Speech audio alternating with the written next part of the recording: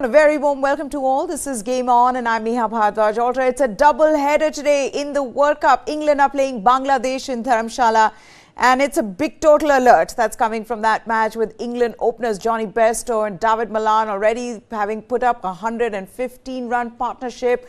Malan has scored 100. Joe Root is looking good in the middle.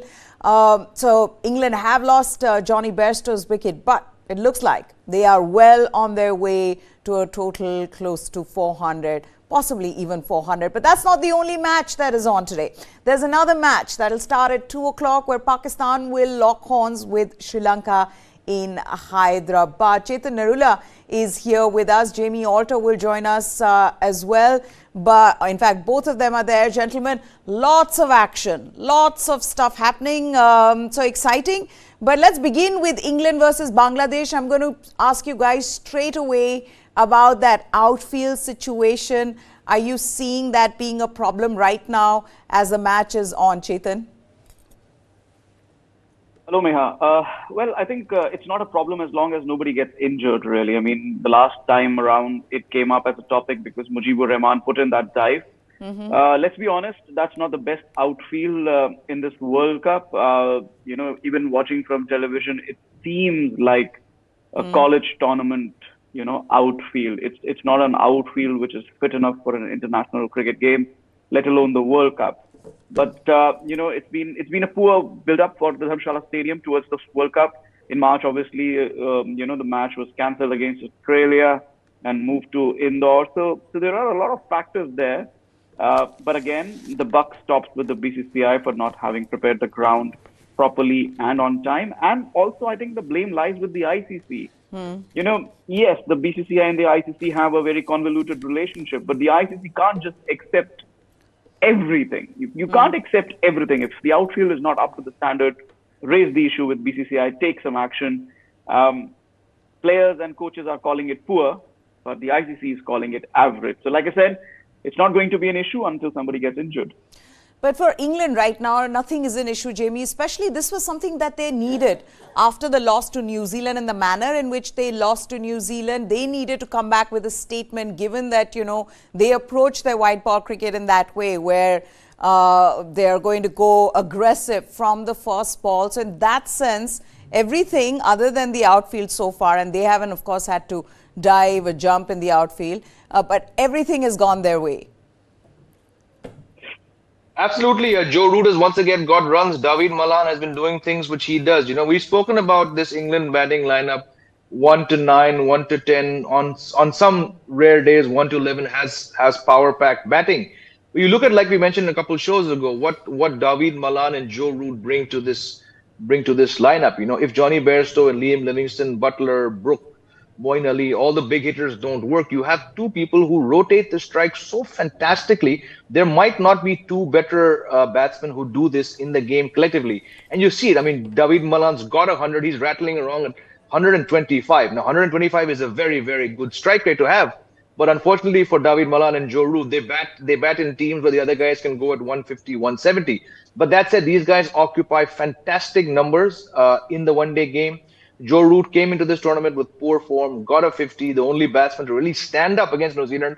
And now again, he's rattling along at 46 or 43. So everything has gone to plan. But like Josh Butler said, we cannot assume as international players. He said, we're not going to complain, but we find this a very poor outfield. I think he used the term, we want fielders to run through houses, to dive through houses. And if there's even a slight doubt in our minds, how is that going to play out? So just like Chetan said, yes, BCCI is a soft target, but what is the ICC doing as well? That has to be asked not once, but as many times as we see these unfortunate situations play out. Not a bilateral series, but on a global stage. This is a World Cup. Let's keep in mind, you know, it was embarrassing enough what happened in the month of March, but I'll still say that's a one test match. You can, in 3-4 days, shift to a new venue. You can't be doing that in a World Cup. There's just too much at stake, unfortunately. Okay, let's put that quote up of Josh Butler. He's described the sandy Dharamshala outfield as poor. He said that he's questioned the venue's fitness to host a World Cup. and the quote that's on your screens now. Certainly, if you feel like you're having to hold yourself back, it's not a place you want to be as a team or as a player or in a World Cup match. The powers that be are comfortable. The only thing I would question is if you are telling players not to dive and stuff, does that question the integrity of the game? And rightfully so. This is not just some domestic game that they're playing or some club game, Chetan, where, you know, barish ho gayi, raat ko to outfield kharab ho gaya. So what, we still need to play. We paid the money for this ground for today's game. This is a World Cup match. And to see even someone like Javagal Srinath and the independent pitch consultant, you know, Andy Atkinson, saying that they are comfortable with it. Obviously, you know why that is being said, because clearly players are not comfortable. If Jonathan Trott calls, you know, England team management and tells them that, look, Mujib would have had a serious injury, and I'm just going to warn you right now that this could happen to England players. Clearly, there is a huge problem with that pitch, and just somehow everybody is, from the likes of it, it seems like everybody is just sort of, you know, putting everything under that carpet. There's no doubt about it. I mean, the word comfortable, I'm not sure how that comes up, because you're comfortable watching the game. Yes, the players are not comfortable diving in and putting in diving efforts to save runs. I was just wondering, I mean, if you don't dive and there goes a boundary at which you're not able to save, those 4 runs could be a difference between 2 points and 0 points.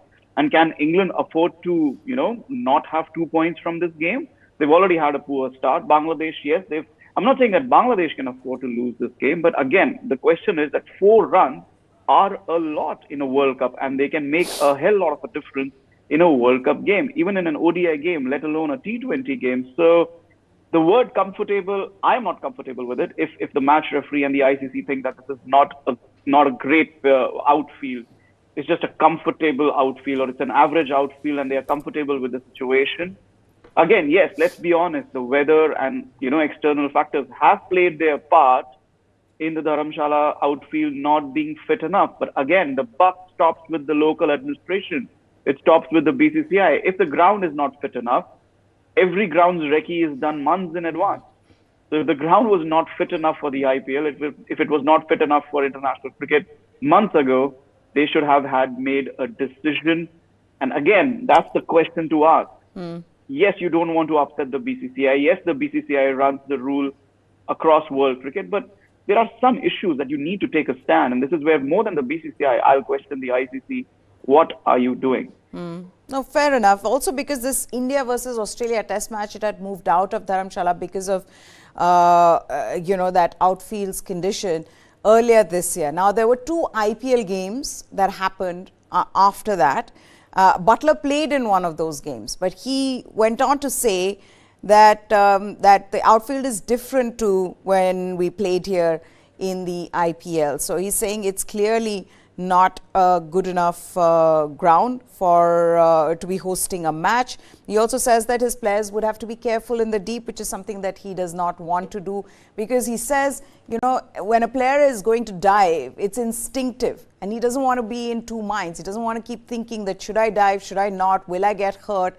Because, you know, at the end of the day, it's a big tournament. You want all your top players ready, and definitely you don't want them getting injured because the outfield isn't good enough. Okay, let's move on to the match from last night before I come to the match that will start today at 2. New Zealand have maintained their place atop the World Cup points table with a 99-run win over Netherlands, which saw left-arm spinner Mitchell Santner take the match or man of the match award for his 5-wicket haul. Put into bat, the Black Caps posted 322, which Chetan predicted quite rightly, for the loss of 7 wickets, and defending that total, their bowlers were never really put under pressure by Netherlands. The Dutch stumbled to 80 for 3 after 20 overs and were eventually bowled out for 223 in the 47th over, with Santner taking 5 for 59 after earlier hitting an unbeaten 36 off 17 deliveries with the bat. So all-round performance by Mitchell Santner. For New Zealand, Will Young also top scored with 70, followed by skipper Tom Latham, who made 53. Rachin Ravindra once again showing how good he is. What a find he's been for New Zealand with 53 and 48 to Daryl Mitchell. New Zealand now travel to Chennai, where they face Bangladesh on Friday, and Afghanistan next Wednesday. Fixtures which could see them on 8 points after 4 wins in a row. This team is, it's like a derby, Jamie. They've just gotten off the blocks the fastest, haven't they? New Zealand. Even in this game, you just see that despite not having someone like Kane Williamson there in the field, though he's doing everything else, because he walked out. This is Sunrisers Hyderabad. He walked out to the pitch to a warm applause. Crowds love him there. He saw the pitch. So he's probably making a lot of decisions off the field. But in his absence as well, this team is just looking like a champion team. And they are right now the closest to qualifying. Absolutely, because they knew that Williamson was a doubtful starter. They knew that Tim Southee was a doubtful starter. Lockie Ferguson, Ishodi didn't play the first match. Lockie came back yesterday. So I think they were very aware of two things. One, that without Williamson, without Tim Southee, who's their most successful bowler, they would be depleted. But they also would have seen the draw. I mentioned the draw yesterday. I'm sure they would have had this discussion, If we just get past England in that very tough opener, then we have Netherlands, Bangladesh, and Afghanistan lined up. So like I said yesterday, they should, and it looks like the way they're playing, it definitely underlines the chance of them being 8 points after 4 matches. Then when they go into that India match on the 22nd in Dharamshala, where we're just talking about, hopefully by that time, all the issues are sorted, because you don't want the host nation having to have any concerns about diving in the outfield. But the point is, when New Zealand rock up with that match and they're top of the table still with a good net run rate and 8 points, it'll just be a very confidence boosting factor. And by that time, I fully expect Williamson to be back and hopefully Tim Southee. So it's a team that's just going from strength to strength. And I think that's the crucial part when you talk about New Zealand. They've always done well at World Cups. They managed to keep the back end or the business end of the World Cups very, very important. The fact that they've got to 2 finals, yes, they haven't won it, but how many teams can say that they've got to back-to-back finals? New Zealand have. So from that perspective, long way to go. But if they are, like I believe, 8 points after 4 matches, they're just going to be in such a confident spot. And then you add on the returning players. Definitely, to my mind, as all of us agree, this is a semi-final team. I also feel like as a team, as a unit, they've got this goal, which I mean, we've seen them in the past where they've been pretty timid in their approach, in the sense, again, Chetan, that, it's a team that does not sort of go all out, and make it seem like, look, we are the team to beat. Come beat us if you can. But in this tournament, so far, we've seen that out of them. But what I've also seen is some of the younger players, some of the not so big names, sort of making them what they are becoming now, as a match-winning outfit. Like Rachin Ravindra. I mean, how big is this to do it in 2 matches, right? Back to back. Bowling, yes, they're fast bowlers, we always knew that they were going to be a handful on this pitch, Chetan. But to see someone like a Mitchell Santner, the moment conditions are good for him. He has put his hand up, match-winning effort, all-round performance. So I feel like everybody's coming together saying, boss, this time we've got to win this. Yes, I think like we had discussed in the build-up to the tournament, that New Zealand have changed the template for their ODI cricket. I mean, the last 1.5 years, they played a lot of attacking cricket in the white ball format. And I think this is a change that we're seeing because of the way their local T20 league, I think it's called the Smash. And I think, if I'm not mistaken, and I think it's one of those tournaments that, yes, people don't watch because of the different time zone, but it's actually very, very interesting. Small grounds, good crowds, and good batting surfaces. And you see those players, the likes of Mark Chapman and Glenn Phillips, and you have Darrell Mitchell, and you have Michael Bracewell, who's injured and he's not playing this tournament. And this is where the firepower for New Zealand is really coming from. Rachin Ravindra, obviously a product of the domestic system as well, and he's played in India in junior formats as well. So, when he's been touring here as part of the junior teams. But again, he's a player who's an up and coming player, and the other names, again, they've borrowed from the T20 format and brought that firepower. And the interesting thing is, perhaps they have changed their mindset in the way they approach this tournament the way they approach these conditions. In the last tournament, they decided perhaps that, okay, you know what, 250 to 300 is going to be a decent score given the bowling attack that they have. So this time around, seeing the pitches and the conditions and the fact that they've brought that firepower, they believe that they need to score 300 plus every time. They need to put themselves in a position to score those 300, 350 runs and then make it comfortable for their bowling attack. Mitchell Santner has been a wonderful bowler. Wonderful bowler. He's a wonderful spin all-rounder for any team to have. There's a reason why CSK depend on him after Imran Tahir. Same goes for Devon Conway. So overall, I think this is a team which is gaining strength to strength. After their win last night, like Jamie said, they are very comfortable in terms of the points table. I had a mind to tweet last night, congratulations New Zealand for the semi-final. You're already through. I mean, there are already 4 points while there are teams which are yet to get off mark, like Australia and England. So, and obviously just want to make an honest admission. I said 420, not 320. I think Netherlands bowled really well to keep them below 350. I was surprised. I thought you said I thought you said 320 and Jamie said 400 plus. Did Jamie say? No, he said 4. No, I said 420. Chetan said 422 or something. I said 375. I think it was. Okay, so Jamie is closer. Jamie was closer to it. But guys, now the bigger question is what happens when Kane Williamson comes back? Who goes out, Jamie? Look, you have to decide now. Look, on status, Will Young and Rachin Ravindra are pretty much the same. I think. I mean, I don't have the figures. One is probably played 10. One is probably played 12 at the most. Will Young did get that golden duck. Like I said yesterday, he's going to score runs. He got run. But right now, what Rachin Ravindra is offering you, even if he doesn't bat at number 3, maybe you open with him, maybe you bat him 4. He's a good fielder. He's giving you 10 overs of decent spin. I think that is the deciding factor.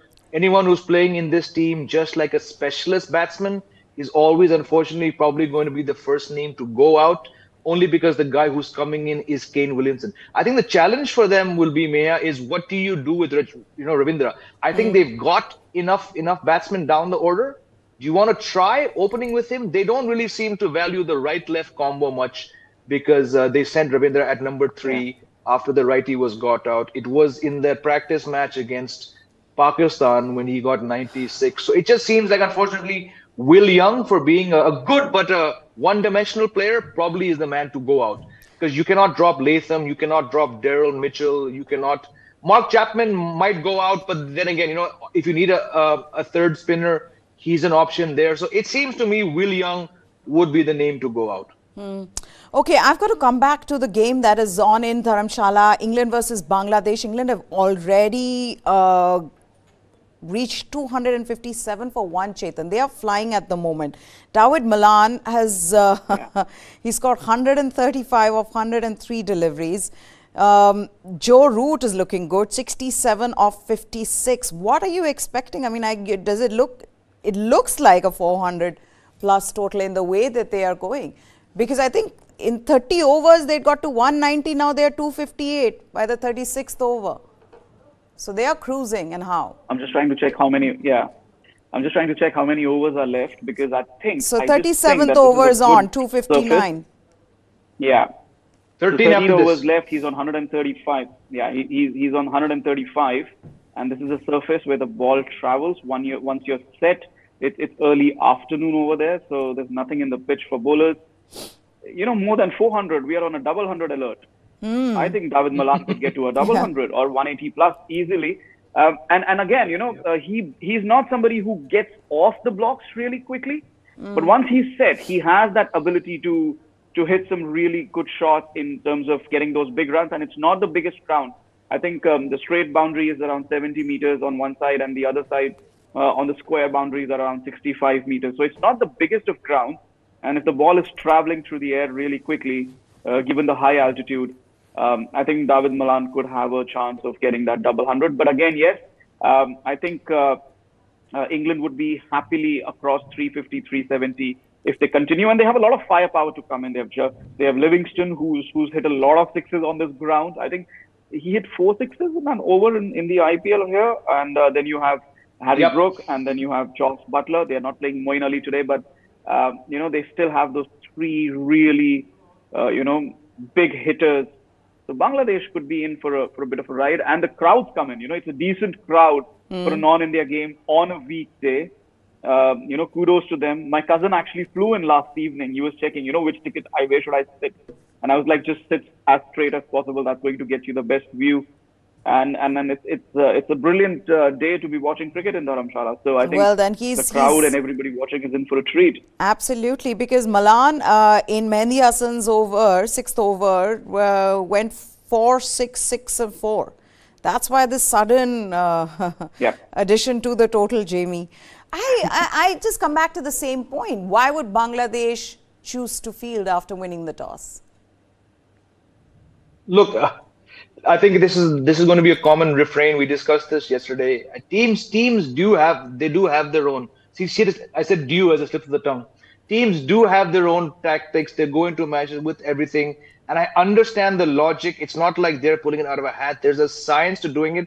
My only concern is this is not the IPL. This is not a bilateral series. This is a World Cup, and I've always maintained, more so since that 2003 final, when Saurav Ganguly blundered by choosing to field, you just don't want to put your situation. Of course, I cannot stress, teams go into matches now, every single match across formats, with the best logic, the best plans. But if those plans backfire and the team you willingly said go ahead and bat on a pitch which you might have the best reasoning factored in, if things go awry and you're chasing 350, have you not made a mistake? Of course, teams can chase 350.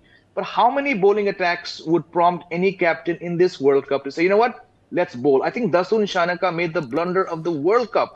You're a team without your two best bowlers, Dushmantha Chamira, Wanindu Hasaranga.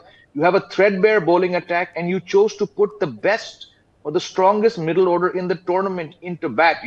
Shakib Al Hasan does not have world-class bowlers at his disposal. It's basically him, Mehdi Hassan, and on a good day, Taskeen Ahmed. You don't have the bowlers. You're bowling to defending champions, a team which on paper on their day will smash any team. Why would you chase? Are you expecting you have the firepower to chase 400? Everyone knows you cannot. Why would you not try to bat? Try and put that team under pressure. Every team stumbles. England stumbled against New Zealand. But is England going to stumble more when put under pressure or when batting first? Of course, they're going to stumble when they're chasing. But I don't know why teams, and this goes back to last year's T20 World Cup, the Asia Cup. Teams want to chase. There's logic, but in these World Cups where there's an 19-20 ka farak hai, I would just say bat. Okay, let's talk about the match now. That'll start at 2 p.m. Month on from playing a last ball thriller in the Asia Cup. Pakistan and Sri Lanka meet today in Hyderabad. Babar Azam's team has been based in the city since they arrived in India, whereas Sri Lanka are coming from New Delhi, where they were beaten by South Africa in their first match. Having chosen to field, Sri Lanka skipper Dasun Shanaka was left to rue that decision.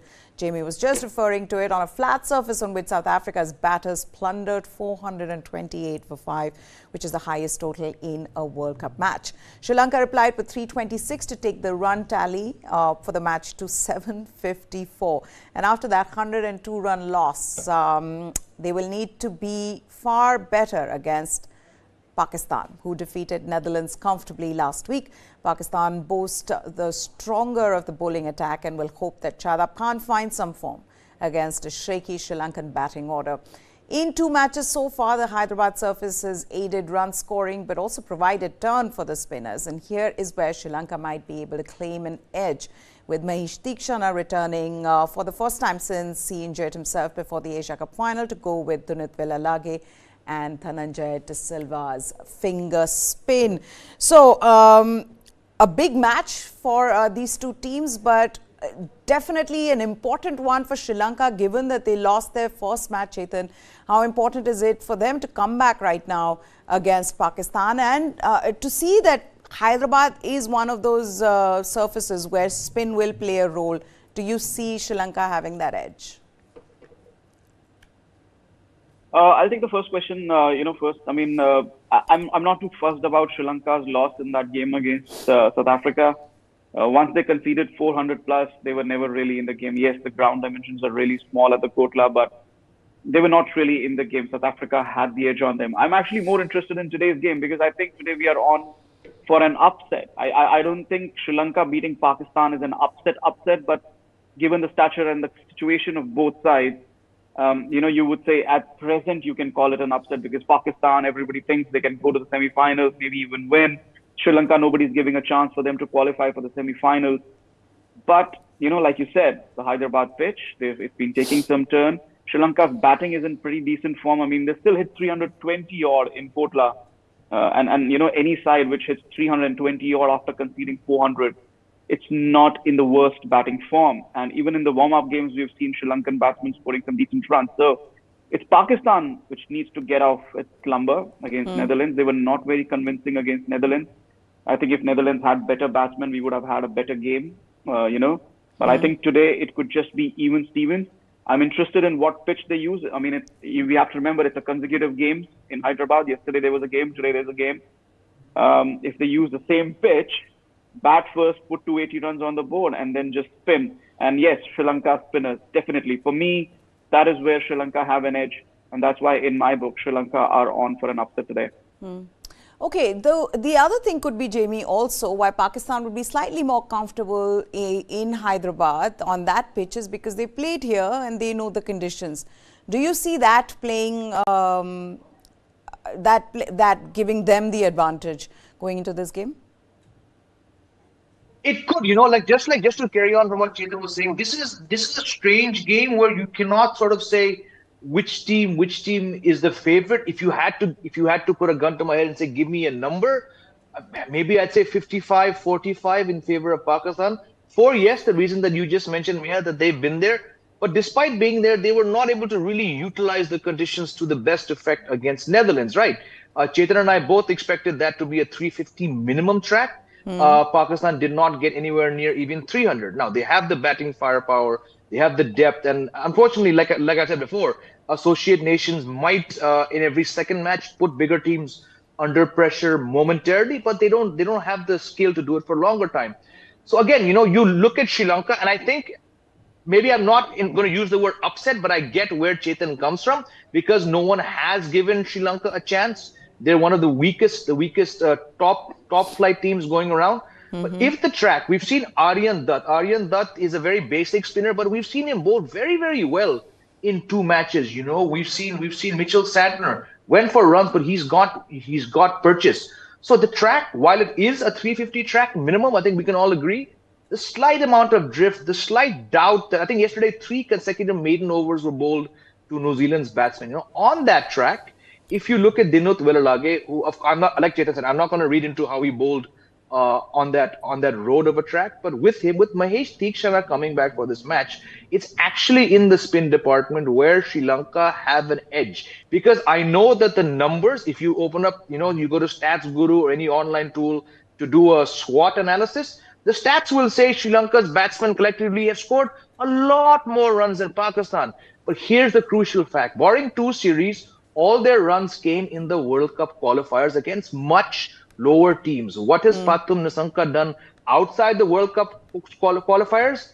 Nothing. Dimut Karunaratne scored runs there. He's not making the 11 right now. Sadira Samira Vikrama barring 250s. So if you look at the collective runs that the Sri Lankan team has scored, majority have come in the World Cup qualifiers. That is to underline, if anyone had doubts, how poor that team was. Now, Pakistan cannot claim to have great players of spin. Babar Azam is struggling. Fakhar Zaman, for all we know, won't play today's match.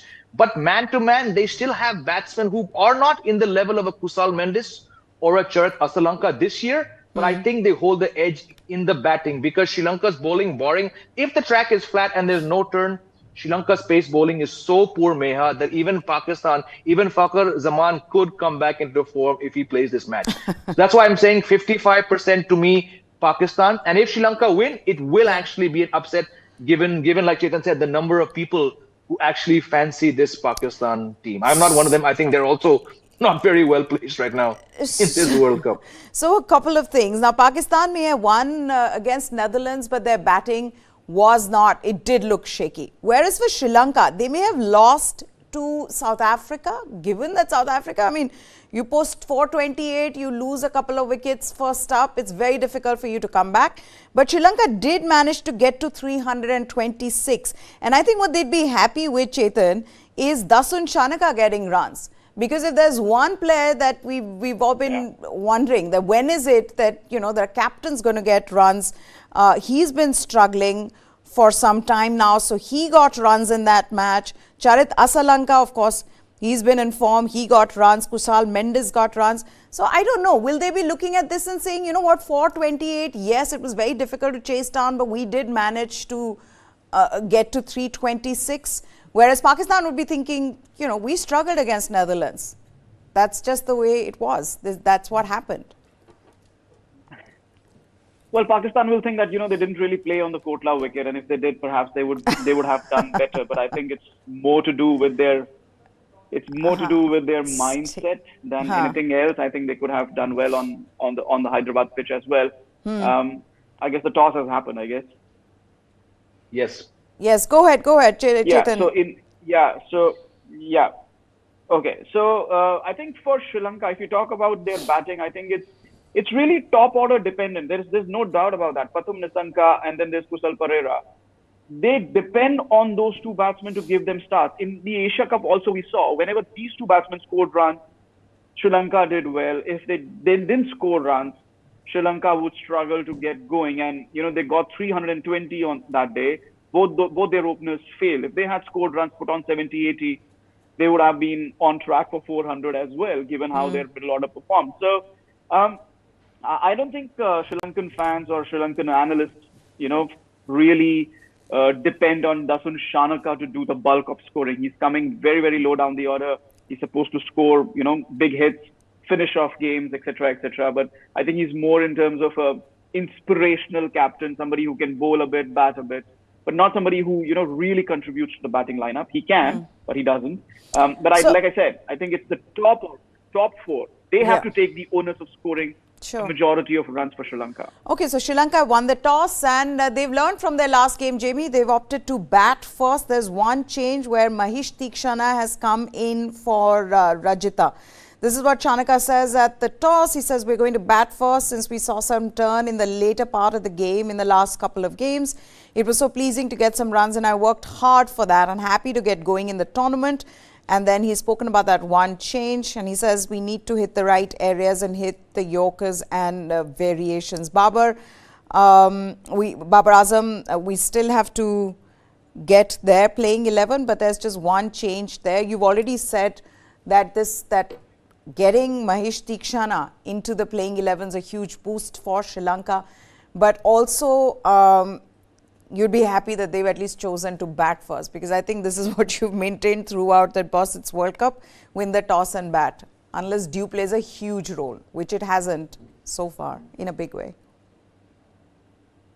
Yeah, and look, I mean, Sri Lanka's bowling is their undoubted weak link, right? You don't have Dushmantha Chameera, you don't have Wanindu Hasaranga. It can be argued what Wanindu Hasaranga would have done in that match. Maybe he would have given, instead of 428, they would have gotten 400 or 408. You know, it's not going to make a big difference on that road of a surface. Yeah. But right now, like Chetan says, if the top four have been driving this batting, then that clearly is the team's strength, right? In the absence of a first choice bowling 11. So why don't you back that strength? If you believe your batting is a strength, do it. He should have batted first against South Africa, and I'm glad he's doing it now. I think they've learned, you know. A lot of people still tag me saying, no, Sri Lanka, we're getting close. Once a team gets to 428, you know, unless that team is England chasing, no team is ever going to come close. I didn't expect them to get to 350, and they didn't get 350. But in this condition, you have the advantage. Pakistan's bowling has weaknesses. I think India underlined that very emphatically. If Shaheen has a bad day, there are holes in this attack which a proper team can bash in. Kusal Mendes is in outstanding form. He was the second highest run getter in the Asia Cup. He got a sparkling 150 odd in the practice match. He looked very briefly, momentarily, like taking the attack back to South Africa that day at the Kotla. So the batting is the strength. Give your batting that chance to bury Pakistan. We all know once Pakistan have to chase more than 300, very shaky ground, you know. So very, very glad that some common sense has either been flicked on inside Dasun Shanaka, or maybe Chris Silverwood said, hey, mate, if you win the toss, just please bat, because Mahesh Tikshana comes back, you know. Imagine Pakistan are set 320. That kind of bowler doesn't turn the ball, but he always puts doubts in the minds of the batsmen. Someone like Ravichandran Ashwin did to Stephen Smith. So Oh, would you imagine? I mean, what would someone like this guy want, Tikshana, to start off against Pakistan or start off with the cushion of 350 runs on the board? I think the answer is there for everyone. okay, so Babar Azam has also said the pitch looks dry and good. The first 10 overs will be very crucial for us. This is at the toss. He's saying we've been here for 1.5 weeks. We know the wicket and the outfield. And there is one change, guys. Pakistan have been struggling at the top of the order and we were expecting this. Fakhar Zaman, his time has run out. Abdullah Shafiq, he replaces him in the playing 11. Chetan, that has been a problem for Pakistan. As much as they've depended on, Babar Azam, Mohammad Rizwan, their top order has been struggling for some time. Even Imam Ul-Haq's, his runs have sort of, dried up. So Fakhar Zaman sits out. Abdullah Shafiq comes in for him. He says, we've got a good record against Sri Lanka in the World Cup, Babar Azam. But how do you see this one change for Pakistan and something that was expected? Chetan? No, not really. I mean, not really. I mean, Okay. how many teams would change their opening batsman one game into the tournament? That one game was against Netherlands. Yes, he didn't score too many. Yes, he has been in a bit of an off and on form. Fakhar Zaman is a big game player. There's no doubt about that. And again, just one game into the tournament.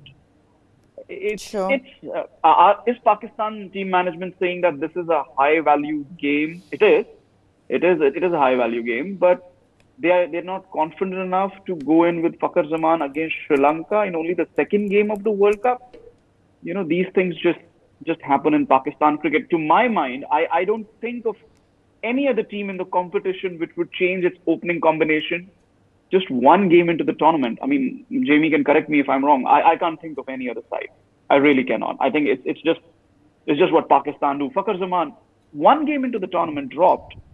It just doesn't seem right. Jamie? Look, I don't know because his look, last, we know that okay, so I've got his runs open, right? This year, 17 matches, 656 runs. He's averaging 43, but nothing of note in the last 1, 2, 3, 4, 5, 6, 7 to 8 matches, Jamie. 300s this year. Earlier this year, 300s against New Zealand, but since then, nothing. After that, 180 in April. Yes. See, I think where it would appear strange, it's not like you've got some outstanding opener lying in the wings, right? So I think that might be surprising. If you look at the stats, I think Fakhar Zaman should not have even started the World Cup because those 300s were in Jan, Feb, April. Since April, the guy's not crossed 30. He's gone 12 innings without crossing 30. By that logic, I would not even have him in the World Cup squad. Now, yes, he's a big match player. You've tried him. So it does seem surprising and a very Pakistan thing to do to drop him after one match.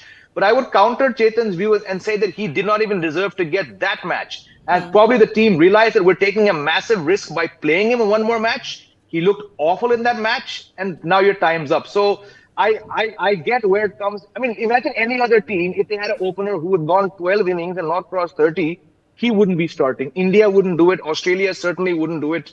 If David Warner had those numbers, he would have been dropped long ago. Unfortunately, it's just Fakhar Zaman who's had a long run. Okay.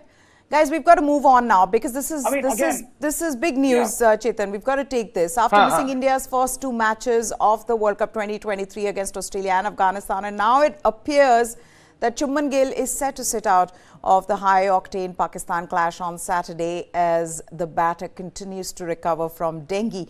On Monday, the BCCI for the first time addressed Gill's condition and released a statement saying that the 24-year-old did not travel with the team to Delhi, where India will play Afghanistan on Wednesday.